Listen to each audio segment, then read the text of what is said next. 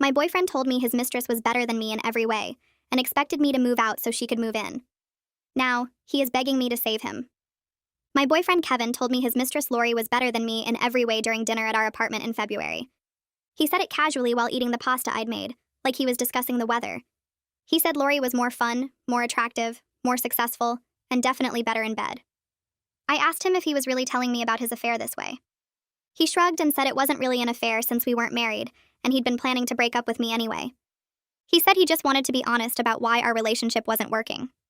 I asked how long this had been going on, and he said 4 months, which meant he'd been sleeping with her since before Thanksgiving. He said he would have ended things sooner, but he needed someone to split rent with until Lori's lease ended in March. I sat there stunned while Kevin explained that Lori was everything I wasn't. She was spontaneous while I was boring, she was ambitious while I was complacent, and she understood him while I just nagged. He said he'd been miserable with me for over a year, but stayed because leaving seemed like too much work. He actually thanked me for being so predictable that he could easily schedule time with Lori without me noticing. I asked him why he was telling me this now, and he said Lori's lease was up next week, so she'd be moving in here. He expected me to move out by then since the apartment was in his name, even though I'd paid half the rent for 2 years. He said he'd already told Lori she could have the bigger closet that I was currently using. Kevin then pulled out his phone to show me pictures of them together like I'd asked to see them. He scrolled through photos of them at restaurants I'd wanted to try, concerts he'd said he was too tired to attend with me, and weekend trips he'd claimed were work conferences. He seemed proud of how well he'd managed the deception, and said I should be impressed by his organizational skills. He even showed me the separate calendar he kept to track his lies and said it was exhausting maintaining 2 relationships. I asked him if he felt bad at all, and he laughed. He said why would he feel bad about upgrading to someone better? He said I should be grateful he was being honest instead of just ghosting me like he'd originally planned. He said Lori had convinced him to tell me the truth because she wanted to redecorate without my stuff in the way. The next day, Kevin went to work expecting me to start packing. Instead, I started making phone calls. First, I called Kevin's mother, Diane, who adored me and had no idea about Lori. I told her everything Kevin had said, word for word, including the part about me being boring in bed. Diane was horrified and said she'd raised him better than this. She said she'd been planning to give Kevin his grandmother's engagement ring, but now she'd rather throw it in the ocean. Then I called Kevin's boss, Robert, who was also his mentor. Robert had helped Kevin get promoted twice and thought of him like a son. I mentioned that Kevin had been using his company credit card for dates with Lori, which I knew because I'd seen the statements he carelessly left on the counter. Robert said that was a fireable offense and he'd need to investigate immediately. I also called our landlord because the apartment wasn't actually in Kevin's name like he'd claimed. We were both on the lease, which meant he couldn't just kick me out. I told the landlord that Kevin was planning to move in another person without permission, which violated our lease agreement. The landlord said if Kevin wanted changes to the occupancy, everyone would need to reapply and qualify individually. Next, I contacted Lori directly through social media. I told her I was happy to move out, but wanted to warn her about a few things. I mentioned Kevin's credit card debt that he'd hidden from both of us, his gambling problem that drained his savings, and the medication he took for a persistent fungal infection he'd claimed was cured. I said I just wanted her to be informed since Kevin believed in total honesty now. Lori messaged back asking what fungal infection and what gambling problem. Turns out Kevin had told her he was financially stable and perfectly healthy. I also mentioned that Kevin had described their intimate life to me in detail and compared us extensively, which made Lori furious because she thought that was private. By evening, Kevin's life was unraveling. His mother called him screaming about disrespecting women and said he was no longer welcome at Easter dinner. His boss called him into an emergency meeting about misuse of company funds. The landlord called saying there had been a complaint about unauthorized occupants. And Lori called him crying, saying she couldn't believe he'd shared intimate details about her with his ex. Kevin came home panicking and asked what I'd done. I told Kevin exactly what I did. I called his mother and told her about Lori. I called his boss and mentioned the company credit card charges. I contacted the landlord about the lease. I messaged Lori about his health issues and gambling problem. Kevin's face went white like someone had drained all the blood from his head. He started yelling that I was crazy and vindictive. He said I ruined his life over a breakup. I stayed calm on the couch and pointed out that he ruined his own life by lying to everyone who trusted him. I said I just told people the truth he'd been hiding. He kept shouting that I had no right to interfere in his relationships. I reminded him he'd been interfering in my life for 4 months while sleeping with someone else in my bed. He grabbed his phone and started pacing around the living room like a caged animal. Kevin called Lori first. The phone rang and rang before going to voicemail. He tried again. Voicemail. He left a message saying they needed to talk, and that I was spreading lies about him. He tried a third time and I watched his face crumble when she didn't pick up. Then he called his mother. I heard Diane answer and immediately start yelling through the speaker. She called him a disappointment and said she couldn't believe she raised someone who would treat women this way. Kevin tried to explain, but she hung up on him mid-sentence. He stared at his phone like it had betrayed him. He was breathing too fast and sweating even though the apartment wasn't warm. I sat on the couch feeling strangely calm while watching him fall apart. It was like watching a building collapse in slow motion. Part of me felt bad for him, but most of me felt nothing at all. My phone buzzed with a text from Evie asking if I was okay. I'd sent her a message earlier saying Kevin and I broke up but hadn't given details. I got up and walked to my bedroom while Kevin kept trying to call people back. I closed the door and sat on my bed before calling Evie. She answered immediately asking what happened. I told her everything from the dinner confession to the phone calls I made today. Evie was quiet for a long moment before saying she couldn't believe Kevin actually showed me pictures of his affair, like it was something to be proud of. She said she was shocked but also weirdly proud of me for standing up for myself instead of just crying and packing. She offered to come over right now to help me figure out what to do next. I told her I appreciated it but needed tonight to process everything. She made me promise to call her tomorrow and said she'd bring coffee and breakfast, so we could make a plan. Kevin's phone rang at 9 p.m. I heard him answer in the living room with a shaky voice. It was Robert, his boss. Robert's voice was loud enough that I could hear him from my bedroom even through the closed door. He demanded Kevin come to the office first thing tomorrow morning with documentation for every personal charge on his company card. Kevin tried to say it was a misunderstanding, but Robert cut him off. He said they would discuss it professionally tomorrow with HR present, and that Kevin should bring a lawyer if he felt he needed one. The call ended and I heard Kevin throw something against the wall. It sounded like his phone hitting the drywall. I stayed in my room with the door locked. My laptop pinged with an email notification around 9:30. I opened it to find a message from the landlord sent to both Kevin and me. The email explained that both our names were on the lease as equal tenants. Any changes to occupancy required written notice from all current tenants and approval from the landlord. The landlord reminded us that adding unauthorized occupants was a violation of our lease agreement and could result in eviction for both parties. I heard Kevin's laptop open in the living room. He got quiet for a few minutes. Then I heard him reading the email out loud to himself like he couldn't believe what it said. He read it 3 times. I heard him slam his laptop shut and start pacing again. I got ready for bed around 11 p.m. I locked my bedroom door from the inside and climbed under the covers. Kevin was still up in the living room. I could hear him typing frantically on his phone. Every few minutes, I heard his voice talking to someone.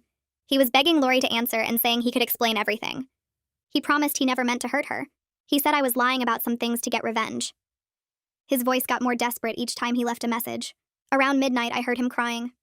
Not just quiet tears, but actual sobbing like a kid who lost something important. I lay in bed staring at the ceiling, feeling nothing. I thought I would feel guilty or sad, but I just felt empty and tired. Kevin's alarm went off at 6:30 the next morning. I heard him moving around the apartment getting ready for work. He looked terrible when I saw him through my bedroom door crack. His eyes were red and puffy. His hair stuck up in weird directions. His shirt was wrinkled like he'd slept in it. He left without saying anything to me. I waited until I heard the front door close before getting up. I called my boss and said I needed a sick day for personal reasons. She was understanding and told me to take care of myself. I texted Evie that Kevin was gone and she could come over. She showed up 40 minutes later with 2 large coffees and a bag of bagels from the place near her apartment. Evie sat with me at the kitchen table while I ate and told her more details about yesterday. She asked practical questions about the lease and my finances. We made a list of things I needed to do. First was figuring out if I wanted to keep the apartment or move out. Second was protecting my money and belongings. Third was deciding how to handle Kevin going forward. Evie suggested I open my own bank account if we had any joint accounts. I realized we had a shared account for rent and utilities. I needed to remove my money before Kevin did something stupid. Evie also said I should take photos of everything valuable I owned in case Kevin tried to claim things were his. We spent 2 hours making plans and writing everything down. My phone buzzed with a text from Kevin at 10:15 a.m. The message said he'd been suspended without pay pending the investigation into his company card charges.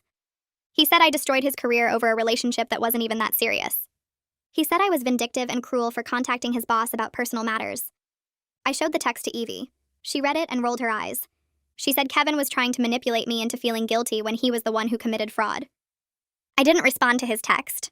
There was nothing to say. He made his choices, and now he had to deal with what happened because of them. My phone rang around 11 a.m. It was Diane calling me directly. I answered nervously because I wasn't sure if she was mad at me for telling her about Kevin's affair. Instead, she apologized for her son's behavior. She said she raised him better than this, and she was ashamed of the man he'd become. She offered me her guest room if I needed somewhere to stay while figuring out the apartment situation. She said she wanted to remove me from Kevin's mess and give me space to think clearly. Her kindness broke something inside me. I started crying for the first time since this whole thing started.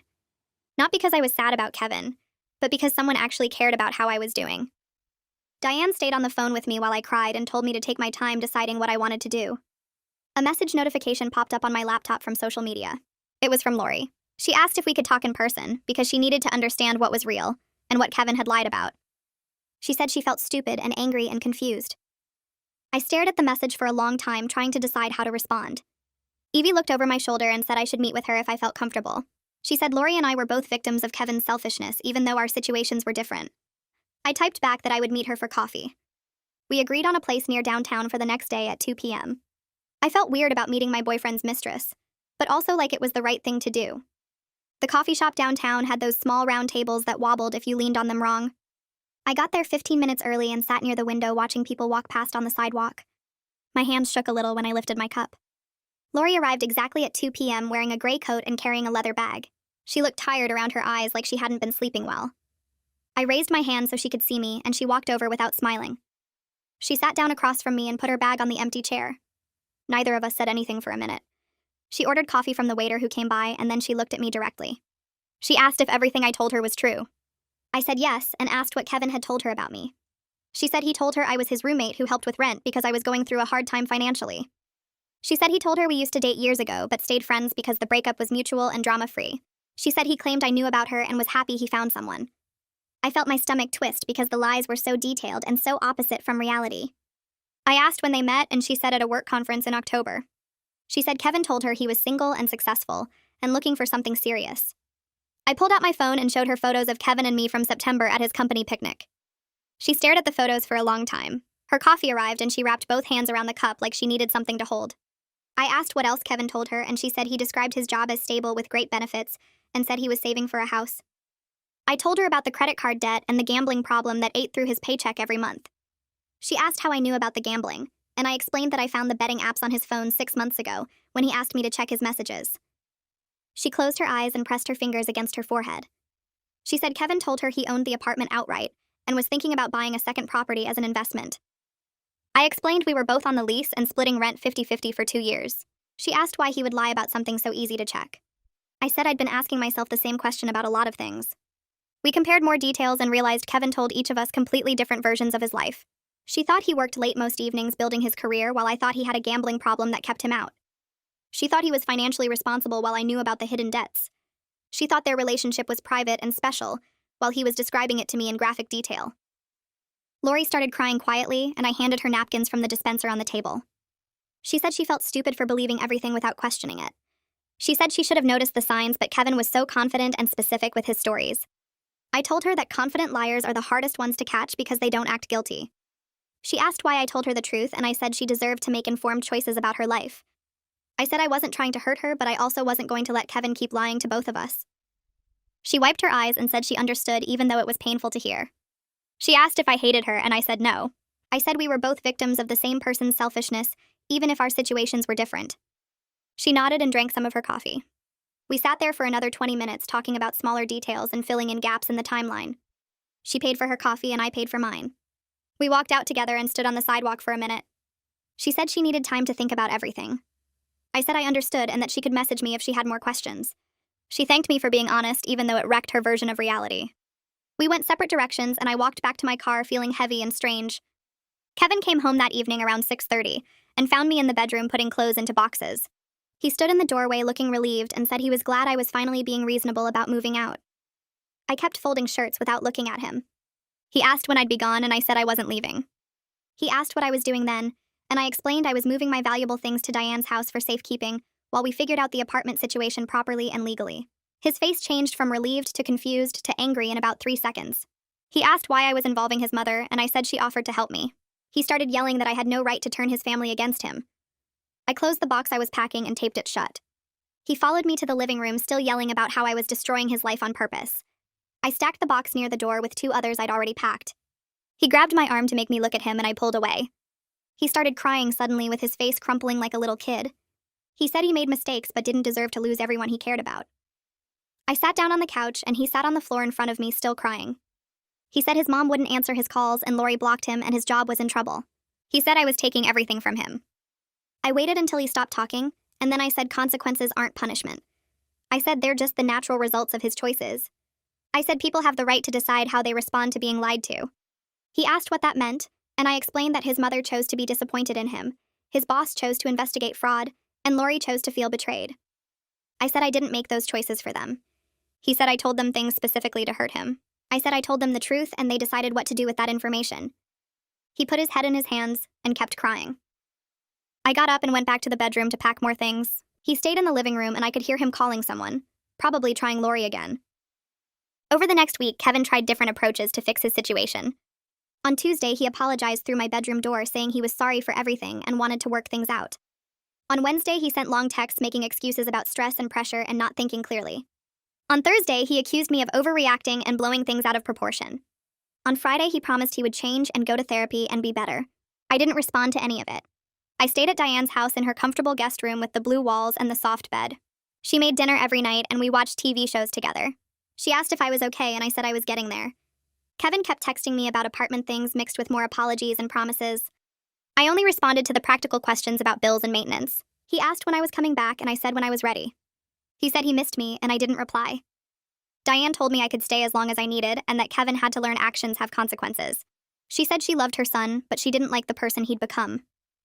I helped her with dishes after dinner and she told me stories about Kevin as a kid. She said he used to be kind and thoughtful before something changed in his 20s. I didn't know what to say to that, so I just listened.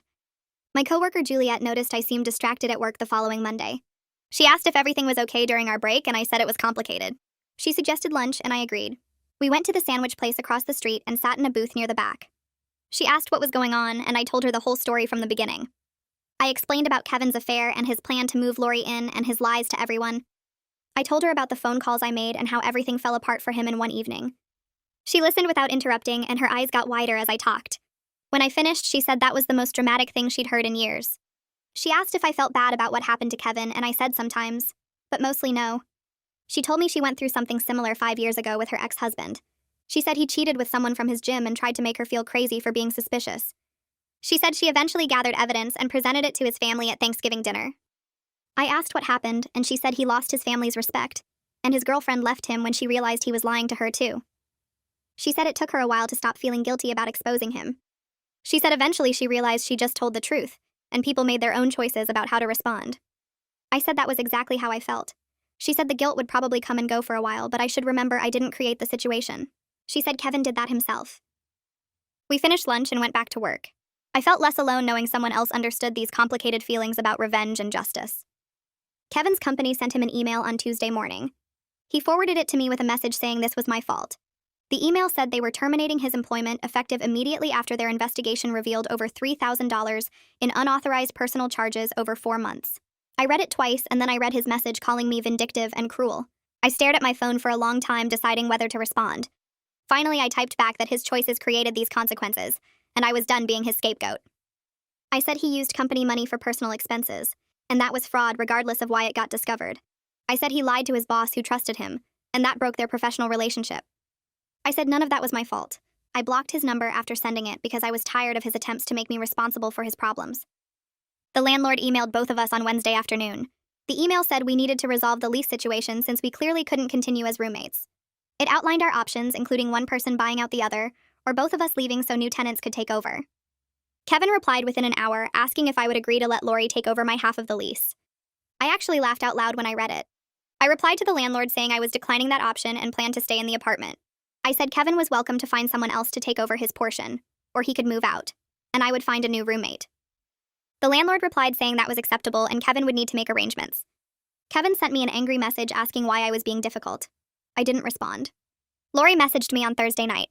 She said she was ending things with Kevin completely after learning about his employment termination. She said finding out about the financial instability he hid from her was the final piece of information she needed. She said she deserved better than someone who treats people as interchangeable and disposable. She thanked me for being honest with her even though it was painful to learn the truth. She said she hoped I found happiness and peace after everything. I thanked her for the message and wished her the same. I felt relieved that she saw Kevin clearly now and made her own choice to walk away. Kevin finally accepted that he needed to be the one to move out. He started looking at cheaper apartments he could afford on unemployment. Diane called me on Saturday to say Kevin asked her for help with a deposit on a studio apartment across town. She said she agreed to help him one last time, but made it clear this was the final financial assistance he would get from her. She said he needed to prove through his actions that he'd changed his behavior and his attitude. She said she hoped losing everything would teach him to value people and tell the truth. I thanked her for everything she'd done for me. She said I was always welcome in her home and she considered me family regardless of what happened with Kevin. That made me cry again, but this time it felt different from before. I felt like something in me had shifted from broken to angry, which gave me more energy than sadness ever could. The landlord scheduled a mediation meeting for the following Tuesday at a conference room in the building's management office. Kevin and I sat on opposite sides of a long table with the mediator between us, a woman named Carol who reviewed our lease agreement and the situation we'd both described in separate emails. She explained that since we were both on the lease with equal rights, neither of us could force the other out, but we could arrange a voluntary transfer if both parties agreed. Kevin stared at the table while Carol talked, his jaw tight and his hands clenched in his lap. I told Carol I wanted to stay in the apartment and would be willing to take over Kevin's portion of the lease if the landlord approved. Kevin finally spoke up and said he couldn't afford to keep paying rent without a job anyway, so he'd sign whatever was needed to get out. Carol produced the transfer documents and explained each section while Kevin sat there looking smaller than I'd ever seen him. He signed every page without reading them, his signature getting messier as he went through the stack. When Carol asked if he understood he was giving up all rights to the apartment, he just nodded and pushed the papers back across the table. The whole meeting took less than 30 minutes, and when it was done, the apartment was legally mine alone. Kevin stood up to leave and looked at me like he wanted to say something, but I gathered my copies of the documents and walked out first. I heard him tell Carol he'd be out by the weekend, and I kept walking without looking back. Kevin moved his stuff out on Saturday morning while I stayed at Diane's house to avoid another confrontation. He texted me when he was done, just a short message saying his key was on the kitchen counter. I drove back to the apartment that afternoon and walked through rooms that felt both familiar and completely different without his presence filling the space. His furniture was gone from the living room, leaving empty spots on the carpet where his couch and TV stand had been. The bathroom only had my toiletries on the counter, and the bedroom closet was half empty where his clothes used to hang. I stood in the middle of the living room and realized I could do whatever I wanted with this space now. Evie came over Sunday morning with painting supplies and a playlist of angry breakup songs. We moved all my furniture to the center of the rooms and covered everything with drop cloths. The walls had been this pale beige color that Kevin picked when we first moved in, and I'd always hated how boring it looked. Evie helped me paint the living room a warm gray blue that reminded me of early morning sky. We worked for hours, covering the old color with fresh paint, and laughing about how bad we were at cutting clean edges along the ceiling. Diane showed up around noon with sandwiches and a small bookshelf she said she didn't need anymore. She stayed to help with the second coat and told stories about redecorating her own house after Kevin's father left, how changing her space helped her feel like herself again. By evening, the living room looked completely different, the new color making everything feel calmer and more like mine. Evie helped me rearrange the furniture using pieces Diane brought to fill the empty spots, and we ordered pizza to celebrate finishing the first room. I fell asleep that night in my apartment that was finally just mine, exhausted but feeling more settled than I had in weeks. A month passed with me getting used to living alone and actually enjoying the quiet.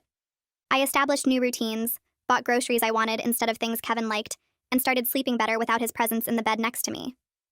My email notification chimed one Tuesday evening while I was making dinner, and I saw Kevin's name in my inbox. I almost deleted it without reading, but something made me open it instead. The message was longer than I expected and completely different from his previous angry texts. He wrote that he'd been doing a lot of thinking since everything fell apart, and he realized how cruel and selfish he'd been during our relationship, and especially during the breakup. He said losing his job forced him to look at his spending habits and his tendency to blame other people for his own choices.